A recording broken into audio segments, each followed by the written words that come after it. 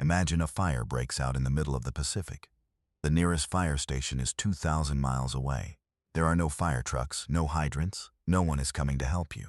And the thing that's burning is a stack of 20,000 steel boxes, some of which might contain chemicals nobody fully declared.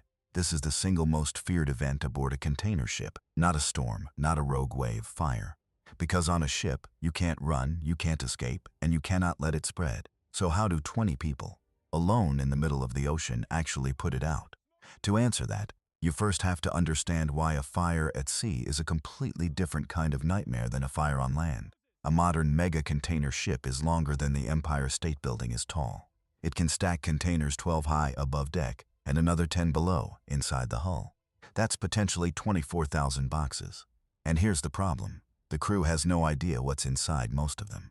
They carry a manifest, a list, but the contents of those boxes have repeatedly been found to be misdeclared.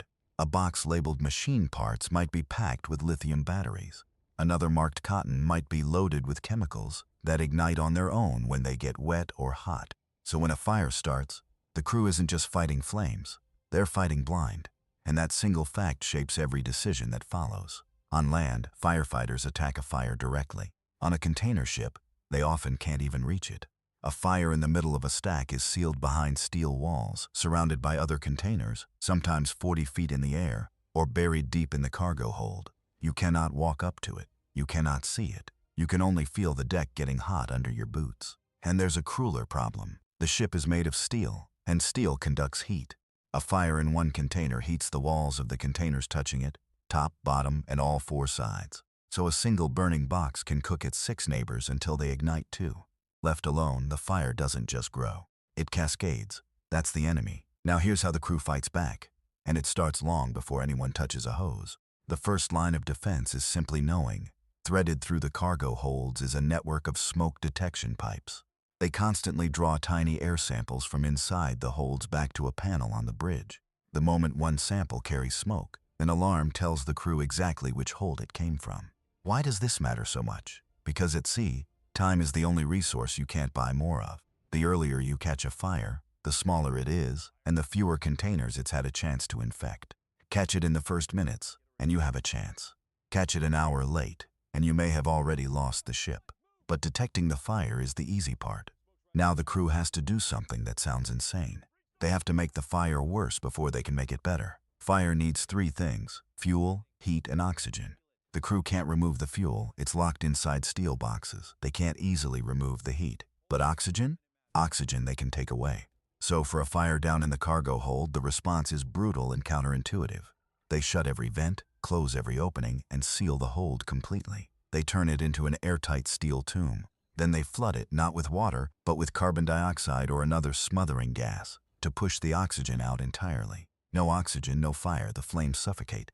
Here's the catch, and it's a big one. Once you flood a hold with carbon dioxide, no human can go in there. They'd suffocate too. So this is a one-shot, all-in decision.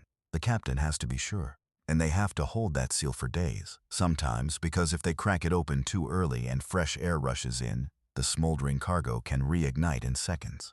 But what about a fire that isn't sealed in a hold? One that's out in the open, on deck, where the gas just blows away in the wind. This is where it gets clever. For a fire on deck, the crew often can't put out the burning container directly. It's too hot, too sealed, too dangerous to approach. So they change the goal. Instead of killing the fire, they cage it. They aim their hoses not at the flames, but at the containers next to the fire, soaking them, cooling them, keeping their temperature down so they can't ignite. It's called boundary cooling. They're drawing a line and saying, the fire ends here. They sacrifice the box that's already burning and protect everything around it, robbing the fire of new fuel until it burns itself out. And they have an unlimited supply of one thing to do it with. They're floating on it. Seawater, pumped up by powerful fire pumps, is the one resource the ocean gives them for free, which raises a strange new danger the crew has to watch constantly. Here's something most people never think about. All that seawater they're spraying has to go somewhere. It pools on deck and in the holds.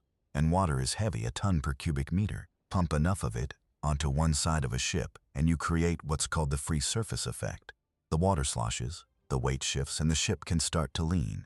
In the worst cases, ships fighting fires have been put in danger not by the flames, but by the thousands of tons of firefighting water destabilizing the hull. So even while they're fighting the fire, the crew has to constantly pump that water back out and watch the ship's balance like a second emergency running in parallel. So they're fighting blind, in the middle of the ocean, with no help coming, trying to suffocate or cage a fire they often can't see, while making sure they don't sink their own ship in the process. Which leaves one last question. What happens when all of that isn't enough? When a fire is too large to contain, the crew faces the oldest decision at sea: stay and fight, or save themselves. Modern shipping has emergency towing and specialist salvage teams that can be called in, firefighting tugs that race out from the nearest coast, salvage crews who board burning ships to do what the exhausted crew no longer can. But they can be days away. Until they arrive, the only people standing between a spark and a catastrophe are the 20 souls on board. That's the part that's easy to forget when you see a container ship gliding silently past the horizon. Every one of those steel giants is its own self-contained world, its own fire department, its own water supply, its own last line of defense. There is no 911 at sea. There is only the crew, the systems they've drilled on 100 times, and the ocean all around them. So the answer to how do you put out a fire in the middle of the ocean is this. You detect it in seconds, you suffocate it, or you cage it, and you pray you caught it in time, all while keeping your own ship from tipping over. But fire is just one of the disasters these ships are built to survive alone. Because there's another threat that doesn't come from inside the ship. It comes from beneath it. A wall of water tall enough to swallow the deck whole. That's next.